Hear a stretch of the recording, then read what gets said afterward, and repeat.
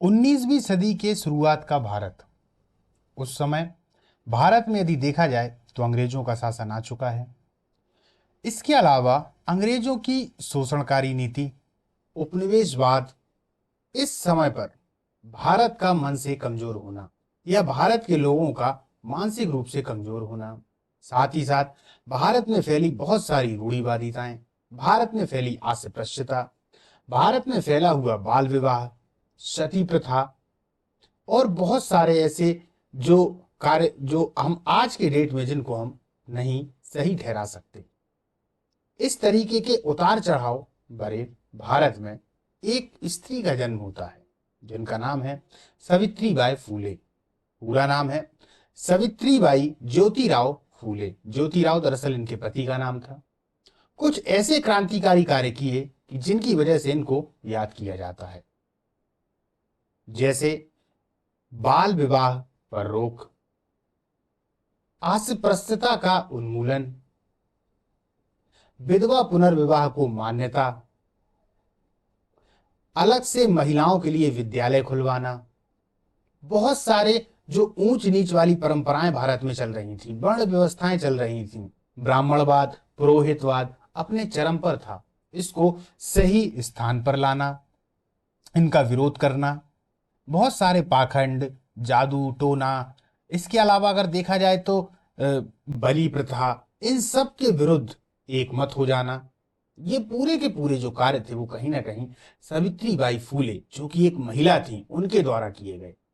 बात विशेष ये नहीं कि इन्होंने कार्य किए, ऐसे कार्य उस समय पर बहुत सारे व्यक्तियों ने किए, पर विशेष इनके लिए यह है कि एक महिला होने के बाद महिलाओं के लिए इतने क्रांतिकारी कार्य करना निश्चित तौर पर इनके महान व्यक्तित्व को बताता है। नमस्कार साथियों, मेरा नाम है अभिषेक, आप देख रहे हैं कैरियर इंडिया एजुकेशन। आज हम चर्चा करने वाले हैं सावित्रीबाई फूले पर। ये आपके एमपीपीएससी में, मध्य प्रदेश लोक सेवा आयोग में ये एक टॉपिक है। दर्शन शास्त्र में इनके विचारों को सम्मिलित किया गया है ताकि इनके विचारों को हम समझ सकें, प्रशासन में उसको कहां तक लागू करना उचित होगा या कहां तक हम उनका उपयोग कर सकते हैं। इसी के लिए सावित्रीबाई फूले को इस टॉपिक में शामिल किया गया है।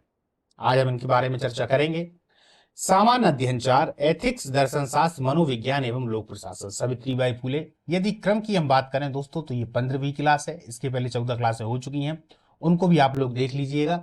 जो लोग टेलीग्राम से नहीं जुड़े हैं, टेलीग्राम से जरूर जुड़ जाएं क्योंकि इसका जो पीडीएफ है वो आपको टेलीग्राम पर ही प्राप्त होगा। जैसे ही क्लास समाप्त होती है, क्लास के साथ साथ में पीडीएफ हम अपलोड कर देते हैं टेलीग्राम पर, आप लोग जाके वहां डाउनलोड कर लीजिए।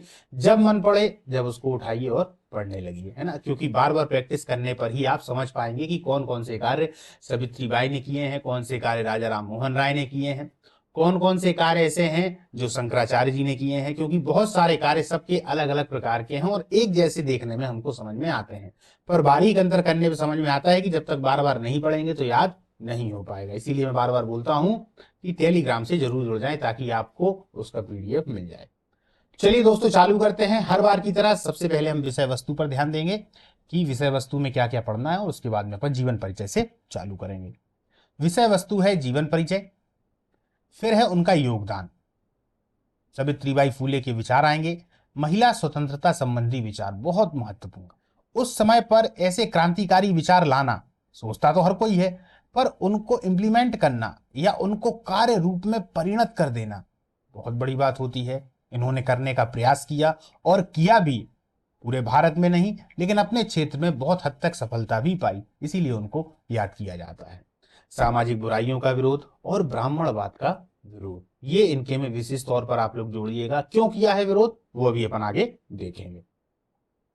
जीवन परिचय में देख लेते हैं। नाम है सावित्रीबाई फूले, पूरा नाम है सावित्रीबाई ज्योतिबा फूले। ज्योतिबा इनके पति का नाम था।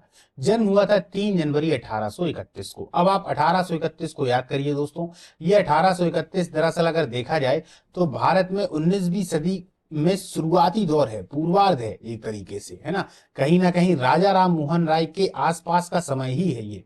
पति इनके ज्योतिराव फूले हैं। 1840, स्थान नया गांव महाराष्ट्र। विवाह के समय आयु थी सावित्रीबाई की मात्र 9 वर्ष और जो ज्योतिराव फूले थे वो थे 13 वर्ष। हम सब जानते हैं बहुत समय पहले अगर देखा जाए तो बहुत कम उम्र में विवाह हो जाया करते थे। पिताजी थे इनके खंदौसी नवैसे, माता थी लक्ष्मीबाई। मृत्यु हो गई थी 10 मार्च 1897 पुणे प्लेग के कारण। चलिए अब इनकी मृत्यु को थोड़ा कनेक्ट करते हैं।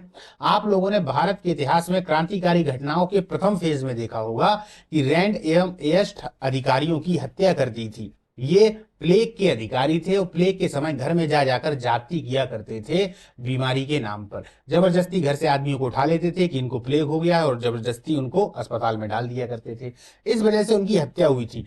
तो ये कहानी 1897 की और उसी समय इनकी मृत्यु भी हुई है। तो आप लोग यहां से कनेक्ट कर लीजिएगा कि प्लेग पुणे में बहुत खतरनाक तरीके से फैल चुका था। बच्चे इनके हैं यशवंत फूले। शिक्षिका के रूप में देखा जाए तो ये भारत की प्रथम महिला है। प्रथम महिला शिक्षिका होने का गौरव प्राप्त है। देखते जाइए क्या क्या इनके लिए प्रथम है। तो प्रथम भारत की प्रथम महिला हो गई शिक्षिका के रूप में। मराठी काव्य की इनको अग्रदूत कहा जाता है। दो चीजें हुई। विद्यालय की स्थापना इन्होंने 1852 में बालिकाओं के लिए की थी। ये भी प्रथम विद्यालय ही था बालिकाओं के लिए। प्राचार्य में देखें तो भारत के पहले बालिका विद्यालय की पहली। ठीक है, तो प्राचार्य पहली, शिक्षिका पहली, महिलाओं के लिए जो विद्यालय खोला वो भी पहला, और अगर संस्थापक में देखें तो प्रथम किसान स्कूल। तो 4 चीजें इनके जीवन से जुड़ी हुई हैं जो कि प्रथम प्रथम है। प्रथम किसान स्कूल हो गया, 1852 में बालिकाओं के लिए प्रथम विद्यालय हो गया, प्रथम शिक्षिका हो गई महिलाओं के लिए, और फिर उसी विद्यालय की प्रथम प्राचार्य यानी प्रधानाचार्य भी हो गई। ठीक है, सामाजिक सुधार में हम देख लेते हैं क्या क्या किए गए हैं। विधवा विवाह को उन्होंने समर्थन दिया है। छुआछूत को मिटाना, महिलाओं की मुक्ति, दलित महिलाओं को शिक्षित। इन्होंने शिक्षा पर बहुत ज्यादा जोर दिया। इनका मानना था कि महिलाओं की जो बेबसी है, महिलाओं पर जो अत्याचार हो रहे हैं, महिलाओं पे जो एक तरीके से शोषण हो रहा है, उन सब के पीछे का जो मूल कारण है वो है महिलाओं का अशिक्षा के साथ जुड़ना और शिक्षा से दूरी बना लेना। अब ये जो शिक्षा से दूरी बना लेना है ये वो जानबूझकर तो करती नहीं है, उनको समाज स्वयं शिक्षा से दूर रखता है। तो यदि उनको शिक्षा मिलेगी, वो अपने अधिकारों को जानेंगी, वो अपने पैरों पर खड़ी होंगी, तो निश्चित तौर पर उनकी स्थिति समाज में पुरुष के समान हो जाएगी। इनका पूरे जीवन का जो मूल उद्देश्य था दोस्तों, वो था नारी और जो महिला है, एक तरीके से कहा जाए कि जो पुरुष और महिला है उन दोनों को समान स्थिति में लेके आना। ऐसा नहीं हो कि पुरुष प्रधान समाज है तो पुरुष की ही चलेगी, नारी की भी चलनी चाहिए, उनकी भी बात होनी चाहिए। क्योंकि एक तरीके से देखा जाए तो जो महिला है वो पूरे परिवार को बांध कर चलती है, उसके माध्यम से बड़े बड़े राजा भी उत्पन्न होते हैं, वो एक नारी शक्ति है। पर ये सब उस समय के दौर पर बहुत नीची कोटि के हो गए थे। महिलाओं को शूद्रों के बराबर ही दर्जा दिया जाता था, यानी उनकी स्थिति समाज में बहुत नीचे थी। ये बात जब सावित्रीबाई फूले ने देखा तो उन्होंने अपने स्तर पर कार्य करने चालू किए। हम उन्हीं कार्यों को आज पढ़ेंगे, उन्हीं विचारों को पढ़ेंगे। चलिए दोस्तों, तो जीवन परिचय अपना यहां से हो गया। अब अपन आगे चलते हैं। अब यहां से उनके बारे में थोड़ा समझते हैं। देश की पहली महिला शिक्षक। एक बात और दोस्तों, अगर देखा जाए तो इनके बारे में बहुत ही जो काव्य हैं या एक तरीके से जो कहानियां हैं वो सब हमको बहुत कम सुनने को मिलती हैं। मैं भी आपको अपनी बात बता दूं, जब तक एक तरीके से मैंने इनको सब्जेक्ट में नहीं देखा था तो उसके पहले इनके बारे में सिर्फ 1 या 2 लाइनों में ही मैं जानता था कि इन्होंने सत्य शोधक समाज की स्थापना की है। आप लोगों ने सुन रखा होगा, है ना, इनके पति ये हैं। तो 2 से 3 लाइनों के अलावा नहीं जानते। इसके अलावा बहुत सारे ऐसे व्यक्ति हैं जो इनके बारे में नहीं जानते। उसका बहुत ही महत्वपूर्ण जो कारण है कि वो है कि एक तो ये दक्षिण भारत में पुणे से थी और इनके बारे में लिखित तौर पर ज्यादा काव्य मौजूद नहीं है या काव्य कृतियां मौजूद नहीं है, चाहे वो कहानी की बात हो चाहे वो नाटक की बात हो। और जो मौजूद है वो एक तो उनकी भाषा में नहीं है, वो इनकी भाषा में नहीं है। इस चक्कर में और अगर देखा जाए, फिर भी अगर देखा जाए तो जो एमपीपीएससी में या यूपीएससी में इनको शामिल किया गया है वो इसीलिए किया गया है कि इनके विचार एक तरीके से नारियों तक भी पहुंचे, क्योंकि इन्होंने नारियों के लिए, कह सकते हैं अशिक्षित नारियों के लिए और दलित महिलाओं के लिए बहुत ज्यादा कार्य किए हैं। चलिए अब अपन पढ़ते हैं। देश की पहली महिला शिक्षक, समाज सेविका, मराठी की पहली कवियत्री और वंचितों की आवाज बुलंद करने वाली सावित्रीबाई का जन्म 3 जनवरी 1831 को महाराष्ट्र के पुणे स्थित नाय गांव में एक दलित कृषक परिवार में हुआ। शब्द याद रखिएगा, दलित कृषक परिवार में। उनके पिता का नाम खान दौजी नेवसे पाटिल और माता का नाम लक्ष्मीबाई था। 1840 में 9 साल की उम्र में सावित्रीबाई का विवाह 13 साल के ज्योतिबा फूले के साथ में हो जाता है। महात्मा ज्योतिबा फूले स्वयं खुद महान विचारक हैं, कार्यकर्ता हैं, समाज सुधारक हैं, लेखक हैं, दार्शनिक हैं, संपादक हैं और क्रांतिकारी थे। सावित्रीबाई फूले दरअसल पढ़ी लिखी नहीं थी, ये उनकी शादी से पहले की बात है, लेकिन शादी के बाद ज्योतिबा ने ही उन्हें पढ़ाना लिखाना सिखाया। जब पुणे में रे जेम्स मिचेल की पत्नी नारी शिक्षा की पक्षधर थी, अतः पुणे के नॉर्मल स्कूल के द्वारा सावित्रीबाई फूले को अध्यापिका का प्रशिक्षण दिया गया। अंग्रेजी ज्ञान होने के बाद सावित्रीबाई फूले ने 1855 में टॉमसन क्लार्कसन की जीवनी पढ़ी। टॉमसन क्लार्कसन निग्रो लोगों पर हुए जुल्म के विरुद्ध न केवल लड़े बल्कि कानून बनाने में भी सफल हुए थे। उनकी जीवनी पढ़कर सावित्रीबाई फूले बहुत प्रभावित हुई थी। किनको देखकर? निग्रो लोगों पर जुल्म। एक तरीके से देखा जाए, निग्रो लोग वो होते थे जो एक तरीके से सांवले हुआ करते थे, और इनके ऊपर जो गोरे लोग थे, यानी कि वो अपने आप को श्रेष्ठ कहा करते थे कि हम गोरे हैं, और यदि आप सांवले या काले हैं तो आप एक तरीके से जात में छोटे हैं, आप उनको अच्छा नहीं माना जाया करता था। तो उन्हीं की उन्होंने जीवनी पढ़ी, जिससे वो काफी प्रभावित हुई। वह भारत की अछूत और स्त्रियों की गुलामी के प्रति चिंतित थी, और इसका कारण भी वो शिक्षा को ही मानती थी। आप देखेंगे पूरे विचारों में सावित्रीबाई फूले की शिक्षा बीच में घूमती रहती है। शिक्षा को उन्होंने हमेशा सेंटर में रखा। उन्होंने कहा कि यदि एक पक्ष आपका ये जो शिक्षा वाला है ये मजबूत हो जाएगा तो आप अपनी स्थिति से ऊपर उठ जाएंगे। शिक्षा को उन्होंने बीच में रखा, और ये बात सत्य भी है। यदि शिक्षा आदमी के पास में अच्छे से पहुंच जाती है तो निश्चित तौर पर वो अपने जो लेवल है उसका उस लेवल से वो ऊंचा ही उठ जाया करता है।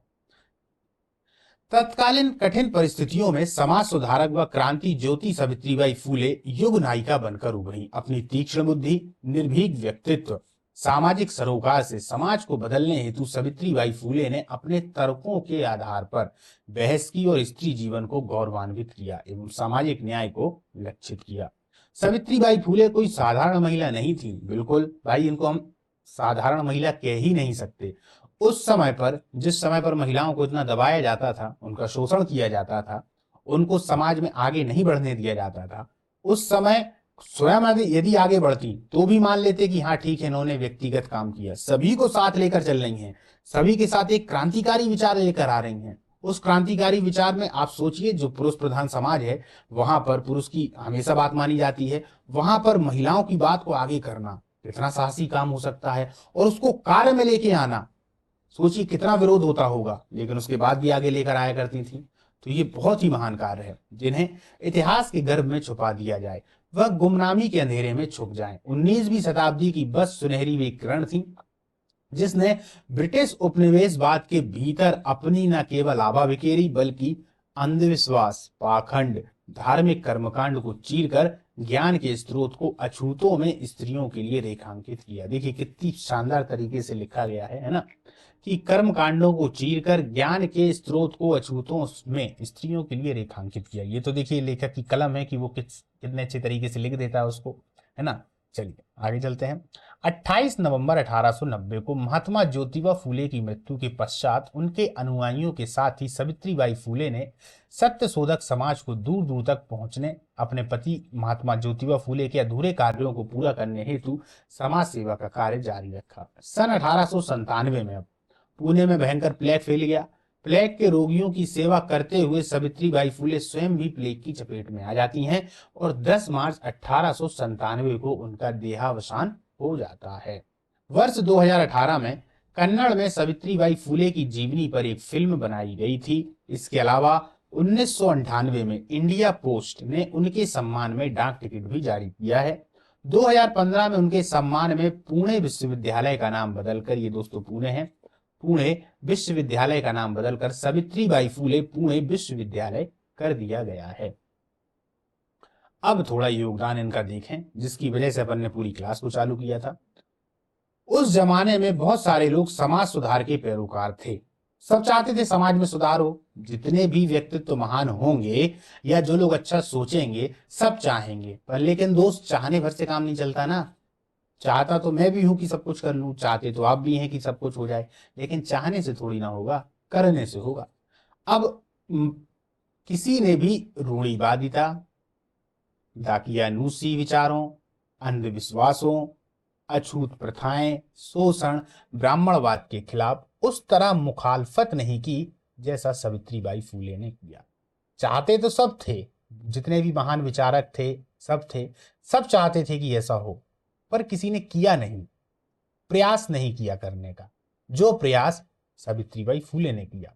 सावित्रीबाई ने मुक्ति की बात को सिर्फ भाषणों तक ही सीमित नहीं रखा, बल्कि उसे करके भी दिखाया। आखिरी सांस तक सावित्रीबाई फूले प्लेग जैसी घातक महामारी से प्रभावित लोगों की सेवा करती रहीं। अफसोस की बात है कि आज भी बहुत सारे लोग उनके कार्य और विचारों से अनभिज्ञ हैं। ये बात बिल्कुल सही है दोस्तों कि सावित्रीबाई फूले को उस तरीके से व्यक्ति लोग याद नहीं करते। कारण यही है कि उनके बारे में ज़्यादा जानते नहीं हैं। एक तो उनके बारे में कोई कहानी, इस तरीके की चीज़ें ज़्यादा उपलब्ध हैं नहीं हैं, और जो हैं तो उनकी भाषा एक तरीके से देखी जाए तो दक्षिण भारत की भाषा है, दक्षिण में ज़्यादा है, तो वो उत्तर भारत तक आ नहीं पाती। देखिए, इसके मूल में दो कारण है, यहां से समझिए। पहला, देश का ब्राह्मणवादी सत्ता वर्ग फूले दंपत्ति के विचारों को अपने शोषणकारी तंत्र के खिलाफ समझता था और इसे दबाने की पूरी कोशिश करता था। ये तो एक महान कारण है ही। दूसरा, उनकी रचनाओं का विभिन्न भाषा में अनुवाद मौजूद नहीं है। रचनाएं तो हैं पर अनुवाद नहीं है, ताकि सभी लोगों के पास तक वो बातें पहुंच सकें, जो उनके प्रचार प्रसार में बड़ी रुकावट है। तो ये दो कारण इनके लिए बहुत महत्वपूर्ण है, क्योंकि ब्राह्मणवाद का उन्होंने भी विरोध किया, तो इसके फलस्वरूप ब्राह्मणवाद, जो ब्राह्मणवाद या ब्राह्मण वाली विचारधारा को मानते हैं, वो भी उनका विरोध करेंगे, क्योंकि वो उनके विरोध में थी। तो इस चक्कर में दो कारण बहुत ही ज्यादा महत्वपूर्ण हैं। बाबा साहब अंबेडकर ने भी पहले दंपत्ति के जीवन और विचारों से प्रेरणा ली और जनसाधारण की शिक्षा पर बल देते हुए शिक्षा के सहारे आज से प्रश्न जातियों के उत्थान का रास्ता दिखाया, है ना। अब देखते हैं शिक्षा के क्षेत्र में।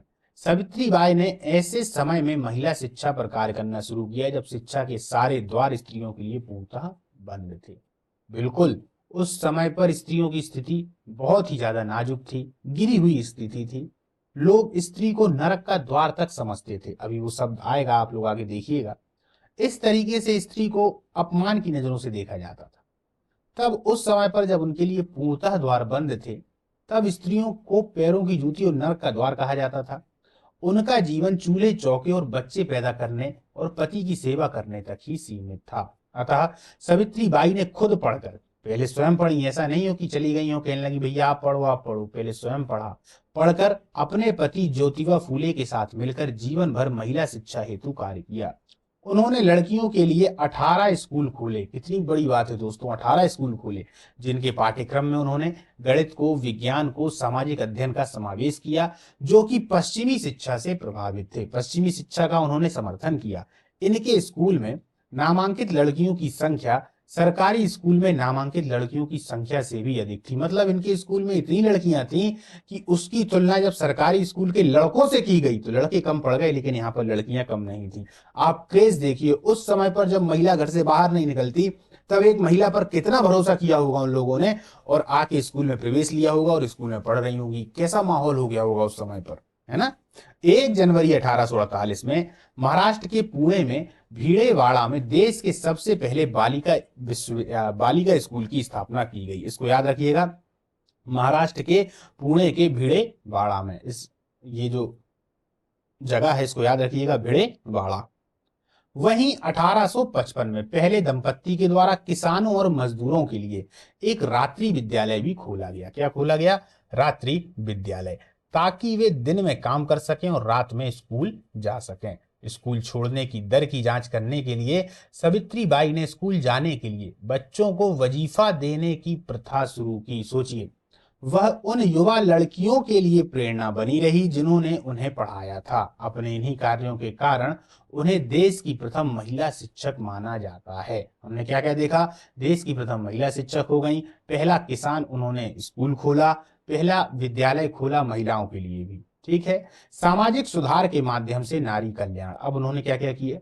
सावित्रीबाई ने तत्कालिक समय में समाज में प्रचलित कुरीतियों एवं बुराइयों का तीव्रता से विरोध किया। इसके लिए उन्होंने कई समाज सुधार कार्य भी किए। सावित्रीबाई ने नारी कल्याण हेतु कई महत्वपूर्ण कार्य किए, जैसे विधवाओं की स्थिति को सुधारना, सती प्रथा को रोकना, विधवा पुनर्विवाह का समर्थन करना। इसके लिए उन्होंने 1854 में एक विधवा आश्रम की भी स्थापना की।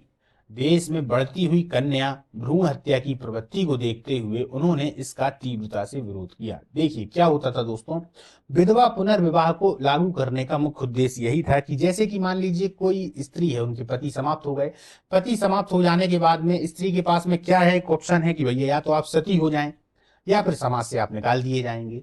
तो अब दो कार्य हैं। तो अब यदि स्त्री को अधिकार मिल जाए, शिक्षा का अधिकार, तो वो शिक्षा कर रही है तो अपने पैरों पर खड़ी हो सकती है। और विधवा पुनर्विवाह कि यदि उसका विवाह दूसरे के साथ में कर दिया जाए तो उसको एक तरीके से समाज में मान्यता प्राप्त हो जाएगी, वो फिर से अपने जीवन को अच्छे से जी सकती है।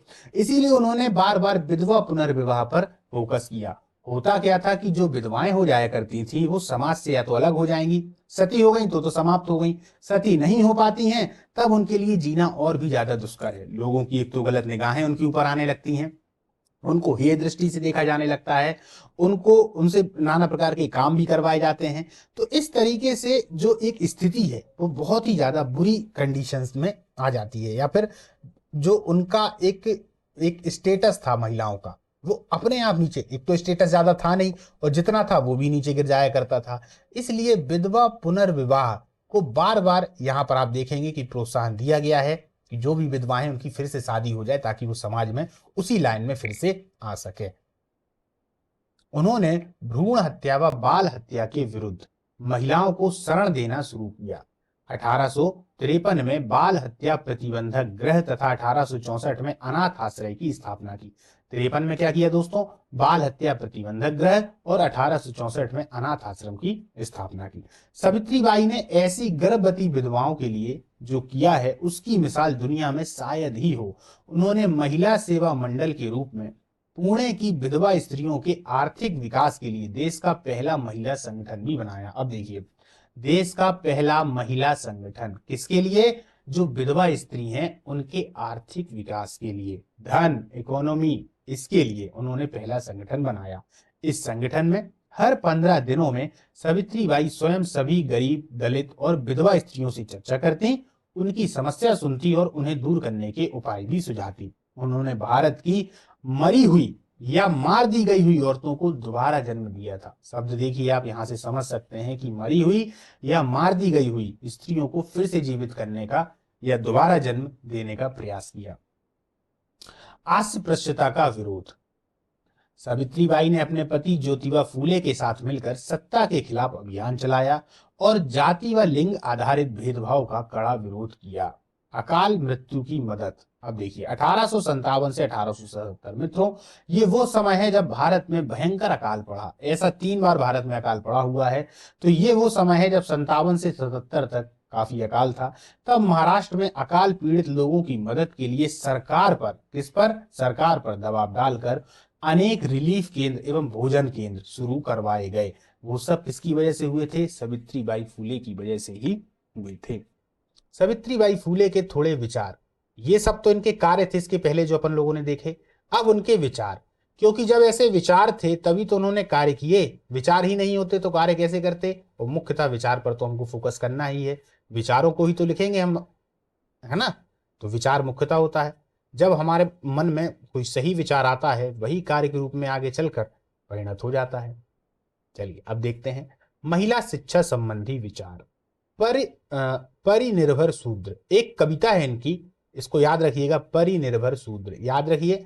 ये जो कविता है ये 2 नंबर में आ सकती है, सीधा आएगा परिनिर्भर शूद्र। आपको याद आ जाना चाहिए कि सावित्रीबाई फूले की ये कविता है, किस लिए लिखी गई है। यहां देखिए विशेष में आप क्या लिखेंगे। कविता में शिक्षा की अहमियत पर सावित्रीबाई ने कहा कि शूद्रों एवं महिलाओं की दरिद्रता का मुख्य कारण अज्ञानता है, जो कि सिर्फ शिक्षा से ही समाप्त किया जा सकता है। ठीक है, तो विशेष में आप छोटी सी लाइन में किस तरीके से लिख सकते हैं 2 नंबर में, चलिए समझिए। परनिर्भर शूद्र ये आ गया, तो 1 में तो हम लिख देंगे सावित्रीबाई फूले की कविता, विशेष लिख देंगे कि शूद्रों एवं महिलाओं की दरिद्रता का मुख्य कारण अशिक्षा, या अशिक्षा शूद्रों एवं महिलाओं की दरिद्रता का मुख्य कारण। ये वहां पर विशेष हम लिख देंगे। ठीक है, अब यदि तीसरी लाइन भी जोड़ना चाहें तो उसमें लिख सकते हैं शिक्षा पर विशेष महत्व। शिक्षा पर एक तरीके से देखा जाए, शिक्षा पर विशेष महत्व, हाँ ये लाइन बहुत सही रहेगी, शिक्षा पर विशेष महत्व। शूद्रों और महिलाओं के लिए शिक्षा का महत्व, ये भी लिख सकते हैं, है ना, और अच्छा हो गया। इस तरीके से आप लिख सकते हैं। तो इस पर निर्भर शूद्र को याद रखिएगा, इसीलिए मैंने इस पर थोड़ा दबाव ज्यादा दे दिया ताकि आप भूले नहीं। अतः सावित्रीबाई फूले के महिला की शिक्षा संबंध में महत्वपूर्ण विचार निम्नलिखित हैं। अशिक्षा शोषण का मुख्य कारण है। निचली जाति की महिलाओं को शिक्षा पर विशेष बल, महिलाओं हेतु पृथक स्कूलों की समर्थक, जाति वर्ग व लिंग आधारित शिक्षा के विरोधी। इन 4 पे अपन चर्चा करेंगे दोस्तों।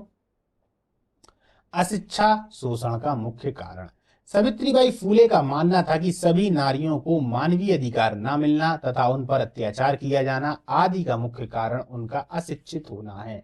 इस वजह से नारी शिक्षा की आवश्यकता पर सावित्रीबाई फूले ने बल दिया। उन्होंने नारी शिक्षा का संबंध नारी की स्वतंत्रता से जोड़ा। निचली जातियों की महिलाओं की शिक्षा पर विशेष बल।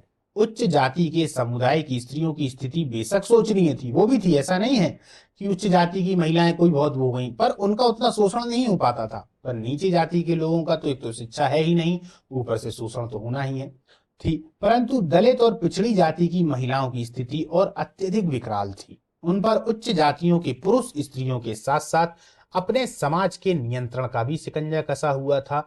मतलब कि दूसरी जाति के तो कर ही रहे हैं, खुद की जाति के लोग भी शिकंजा कसे हुए हैं। हालांकि उन्होंने नारी शिक्षा सभी जाति धर्म की नारियों के लिए शुरू की थी, किंतु उन्होंने, ये लिखिएगा, विशेष तौर पर महार, मातंग जैसी अछूत जातियों की लड़कियों की शिक्षा पर विशेष बल दिया, क्योंकि उनको मालूम था कि दूसरी जो महिलाएं हैं उनको तो शिक्षा कहीं ना कहीं से मिल सकती है, पर जो बेचारी नीची जाति की हैं उनको कहां से मिलेगी। तो उसमें महार, मातंग जैसी जो जातियां थी उनकी शिक्षा पर विशेष बल दिया। महिलाओं हेतु पृथक स्कूल की समर्थक। तत्कालीन परिस्थितियों में महिलाओं का पुरुषों के साथ एक ही पाठशाला में पढ़ना मुश्किल था, बिल्कुल मुश्किल था दोस्तों। उस समय तो और भी ज्यादा मुश्किल था, है ना। उन्होंने लड़कियों के लिए पृथक स्कूल की स्थापना की। सावित्रीबाई का मानना था कि शिक्षा के बिना महिलाओं का मानसिक बौद्धिक विकास संभव नहीं है। जाति वर्ग व लिंग आधारित शिक्षा की विरोधी। उन्होंने ऐसी शिक्षा की कल्पना की जिसमें जाति, लिंग व वर्ग के वर्चस्व के कारण समुदाय में समाई गहरी खाई को बांटा जा सके। वे वर्ण, जाति, वर्ग आधारित शिक्षा के प्रचार प्रसार के खिलाफ थी। यानी शिक्षा में समानता को शामिल करना भी उनका मुख्य उद्देश्य था। बिल्कुल, वो शिक्षा को शुरुआत इसीलिए कर रही हैं कि लोग समानता पे आ जाएं। अब चूंकि इसी में भेदभाव यदि होने लगेगा तो जो मुख्य आधार है जिसकी वजह से समानता को बनाना है, असमानता को मिटाना है, आधार ही समाप्त हो जाएगा तो कैसे काम चलेगा। तो उनका तो उद्देश्य यही है शिक्षा पहुंचाने का कि सभी लोग समाज में बराबर हो जाएं। लेकिन स्थिति किनकी गड़बड़ थी? शूद्रों की और महिलाओं की। तो उन्होंने विशेष तौर पर उन्हीं के लिए कार्य किया कि वो भी समाज के उसी लाइन में आ सकें जिस लाइन में बाकी के सभी लोग हैं। महिलाओं के स्वतंत्रता संबंधी विचार। सावित्रीबाई फूले का मानना था कि जब तक हिंदू धर्म के नारी शूद्र अतिशूद्र के विरोधी तत्व ज्ञान को नकारा नहीं जाता तथा नारी शूद्र अतिशूद्र के स्वतंत्रता विचार इस देश में पनप नहीं सकेगा। नारी की गुलामी का सही कारण नारी का शैक्षणिक विकास न होना है। अतः उन्होंने जो मौलिक और प्रभावशाली विचार दिए थे वह इस प्रकार हैं। उनका मुख्य उद्देश्य तो यही था, भैया शिक्षा यदि मिल जाएगी तो बराबरी पे आ जाएंगे, बराबरी पे आ जाएंगे तो शोषण नहीं होगा, शोषण नहीं होगा तो फिर समाज जो है वो ऊंचाई की राहों पर चलेगा। अभी जो समाज नीचे गिरा हुआ है, जो स्थितियां गड़बड़ हैं, वो सही होने लगेंगी, सुधरने लगेंगी। मैंने कहा था कि पूरी की पूरी क्लास महिलाओं के केंद्र यानी कि शिक्षा पर ही चलने वाली है। नारी पुरुष के समान है। अब उन्होंने क्या विचार दिए देखिए। महिलाओं के मानवीय अधिकारों की भी समर्थक हैं। महिलाओं की स्वतंत्रता विरोधी, धार्मिक ग्रंथों का विरोध। बहुत सारे ऐसे धार्मिक ग्रंथ हैं आप लोगों ने पढ़ रखे होंगे इतिहास में, जो उस समय जैसे कि मनुस्मृति हो गई या कुछ अन्य स्मृतियां हो गई, जो सीधे तौर पर स्त्रियों को एक तरीके से गलत बता देती हैं। स्त्रियों की तुलना ऐसी ऐसी चीजों के साथ में करती जाती हैं जो हम आज अगर सोचें तो सोचें यार क्या ऐसा भी होता होगा। तो इस तरीके से ग्रंथों में भी बहुत सारी बातें लिखी हुई हैं। तो ग्रंथों की बातों को भी इन्होंने विरोध किया और उसको गलत साबित करने की पूरी कोशिश की और उस कोशिश में सफल भी रही। हाँ, मानसिक रूप से इन बातों को नहीं हटा पाए, ये एक अलग बात है, पर बहुत हद तक उन्होंने अपने कार्यों में सफलता प्राप्त की। महिलाओं के धार्मिक स्वतंत्रता के पक्षधर, महिला संगठन की स्थापना के पक्षधर, विधवा पुनर्विवाह की समर्थक। नारी पुरुष के समान है, नारी स्वतंत्र है और नारी पुरुष में किसी भी प्रकार का भेद करना गलत है, क्योंकि नारी और पुरुष दोनों एक समान है। पुरुष के समान ही नारी को भी सृष्टि ने पैदा किया, अतः नारी को निम्न स्तर का गुलाम मानना ठीक नहीं है। ये बिल्कुल बात सही है दोस्तों। समाज में अगर देखा जाए तो भारतीय समाज पुरुष प्रधान समाज है। यहाँ पर पुरुष की बातों को माना जाता है, उसको मुखिया के तौर पर भी याद किया जाता है, हर काम पुरुष के माध्यम से ही होते हैं। पर नारी को निकृष्ट समझना ये बहुत ही बड़ी गलती है, भूल है, और एक तरीके से ये इतनी बड़ी गलती है कि जिसका खामियाजा उस समाज को ही भुगतना पड़ता है। क्योंकि जब हम समाज में एक तबके को ऊपर कहेंगे तो निश्चित तौर पर दूसरा तबका नीचे हो जाएगा, और दूसरा तबका उसको यदि हम नीचा कह रहे हैं जिसके पास में जो बच्चे पैदा होते हैं वो शुरुआत में उसी के साथ में रहा करते हैं, तो पहली जो गुरु है यदि हमने उसी को छोटा समझा दिया तो फिर कैसे हमारा समाज आगे बढ़ पाएगा। इसलिए वो नारी की स्वतंत्रता की पक्षधर हैं, साथ साथ समानता की भी पक्षधर हैं कि नारी और नर दोनों ही समान हैं। अगर देखा जाए तो प्रकृति में ऊंच नीच की ना ही कोई व्यवस्था है, ना किसी ने कोई व्यवस्था की है। ये जितनी भी व्यवस्थाएं बनी हुई हैं लोगों ने अपने अधिकारों के लिए, दूसरों का शोषण करने के लिए, अपने आप को ऊंचा कहने के लिए अपने अनुसार कुछ नियम ऐसे बना दिए जिन नियमों ने रूढ़िवादिता का रूप ले लिया और वो एक प्रचलन में आ गए, एक चलन में आ गए, जो बदल पाना मुश्किल है क्योंकि वो मानसिक रूप से आदमियों के दिमाग में भर गए। उनको अपने हिसाब से बना दिया, वास्तव में वो बने बनाए नहीं हैं, उनको ईश्वर ने वहां से नहीं भेजा। ईश्वर की नजरों में तो सभी लोग बराबर हैं, चाहे वो नर हो चाहे वो नारी हो। महिलाओं के मानवीय अधिकारों के समर्थक।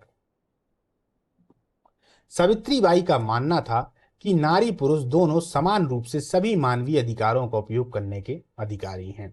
फिर नारी के लिए एक प्रकार का नियम और पुरुषों के लिए दूसरे प्रकार का नियम व्यवहार में लाना पक्षपात के अलावा और कुछ भी नहीं। महिलाओं की स्वतंत्रता विरोधी धार्मिक ग्रंथों का विरोध, इनका इन्होंने विरोध किया।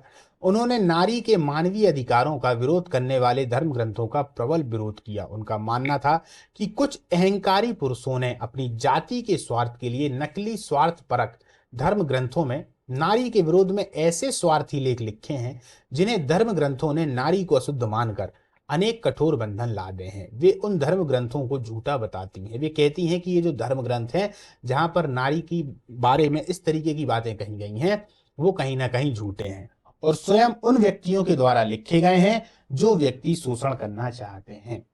वो अप्रत्यक्ष रूप से सीधा निशाना साधते हुए कहती हैं, वो कहती हैं कि इन लोगों ने अपने मतलब के लिए इस तरीके की बातें की हैं। साथ साथ में तर्क भी प्रस्तुत करती हैं। वो ऋग्वैदिक काल जैसे पुराने जैसे कालों को उठाती हैं और फिर वहां से उदाहरण देकर फिर समझाया करती हैं कि उस समय पर नारियों की स्थिति कितनी अच्छी थी।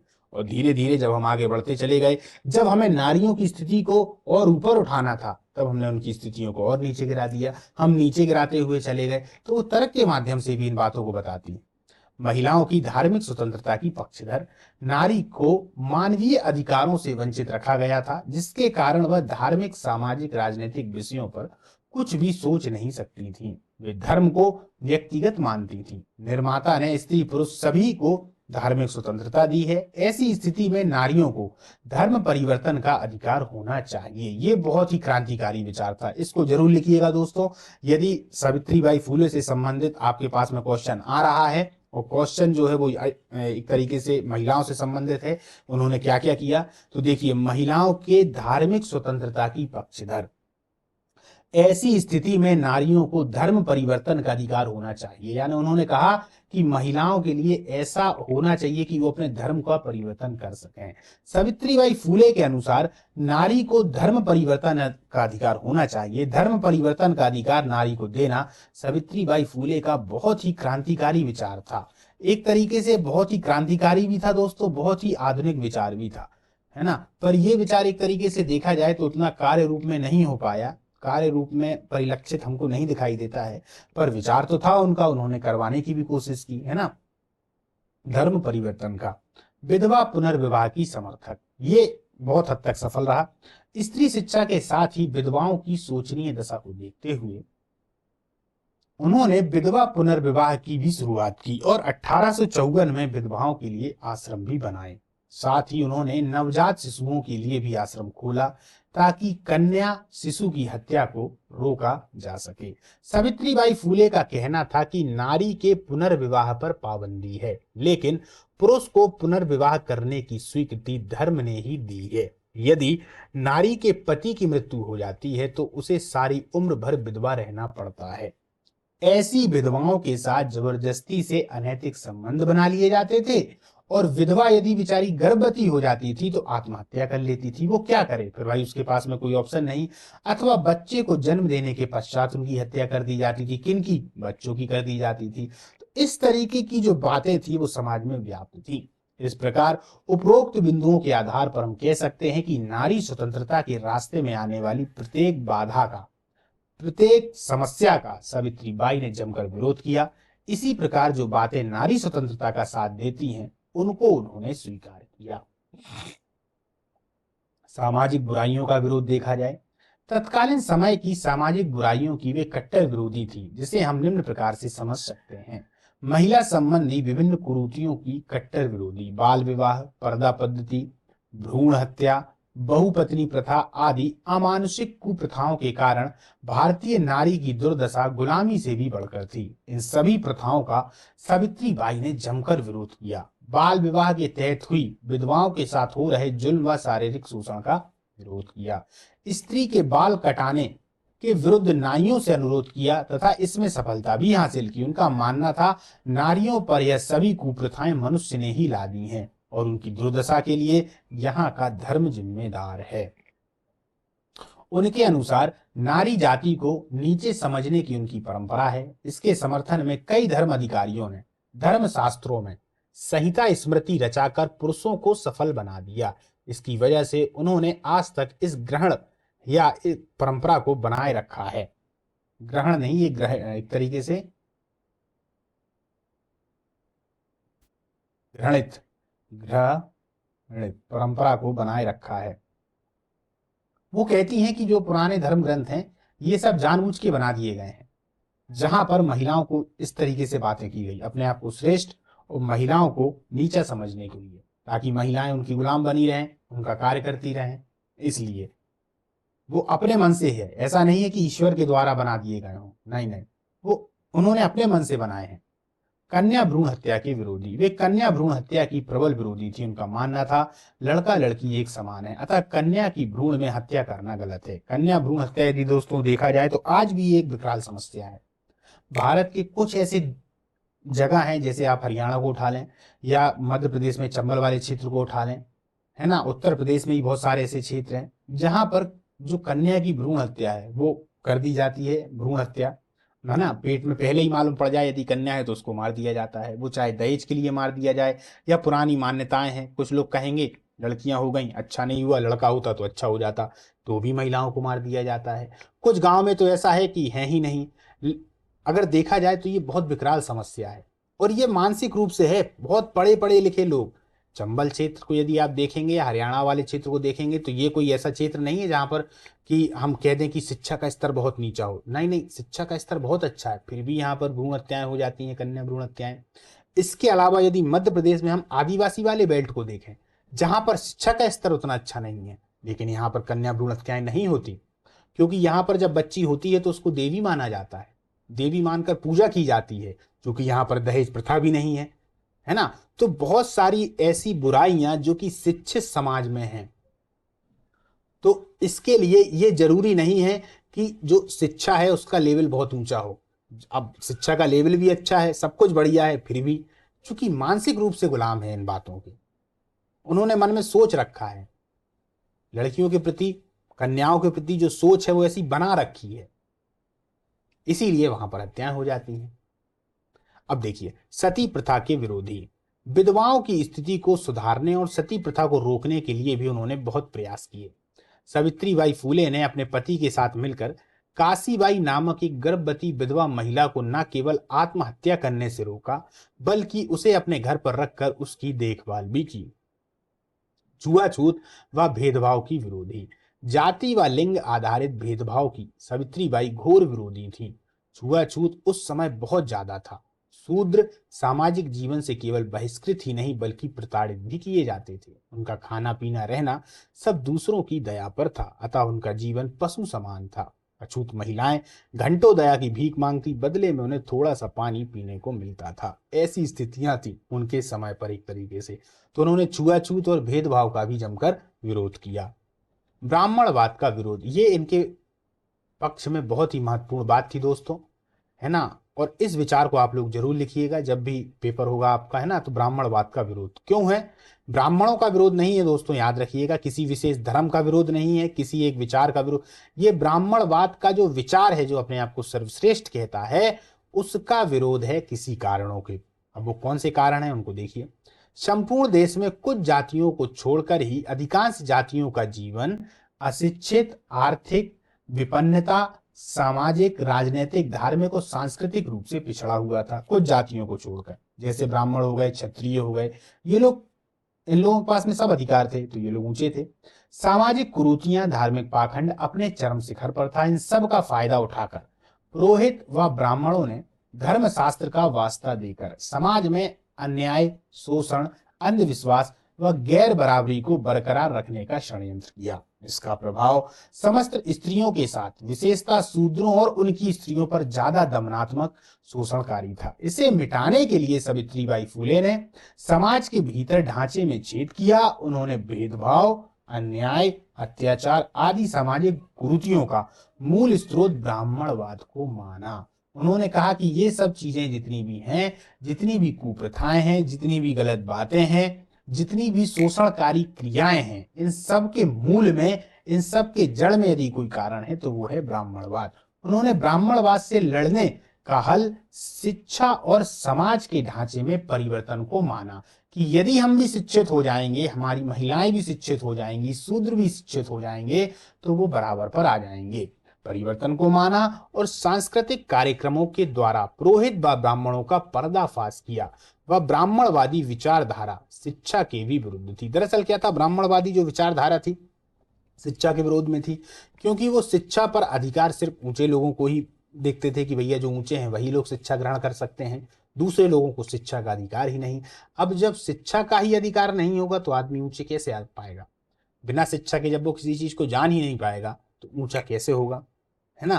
तो ये सब बातें थी, इसीलिए उन्होंने ब्राह्मणवाद का विरोध किया है। ब्राह्मणवाद याद रखिएगा, ये एक विचार का विरोध है, इस बात को अच्छे से आप लोग समझ लीजिएगा, है ना। ब्राह्मणों का विरोध नहीं, ब्राह्मणवाद का विरोध है, इस बात को समझिए। 3 जनवरी 2017 को उनके 189वें जन्म दिवस पर गूगल ने उनका गूगल डूगल दिवस मनाया था। चलिए दोस्तों, तो आज की जो अपनी क्लास है सावित्रीबाई फूले पर, वो यहाँ पर अपन समाप्त करते हैं। अब जो सावित्रीबाई फूले पर कुछ और क्वेश्चन है दोस्तों, सावित्रीबाई फूले और जो उन पर कुछ क्वेश्चन है, जैसे कि उनकी कुछ काव्य कृतियां हैं, कुछ और उनके कार्य हैं, तो वो अपन जब अपन आंसर राइटिंग पर प्रैक्टिस करेंगे, उसी प्रकार जिस प्रकार से मैंने 2 से 3 क्लासें डाल रखी हैं लेखन कला पर, तो उस पर जब करेंगे तो ये और बाकी जो प्रश्न है वो आपको मिलते हुए चलेंगे। नमस्कार, मिलते हैं अगली क्लास में।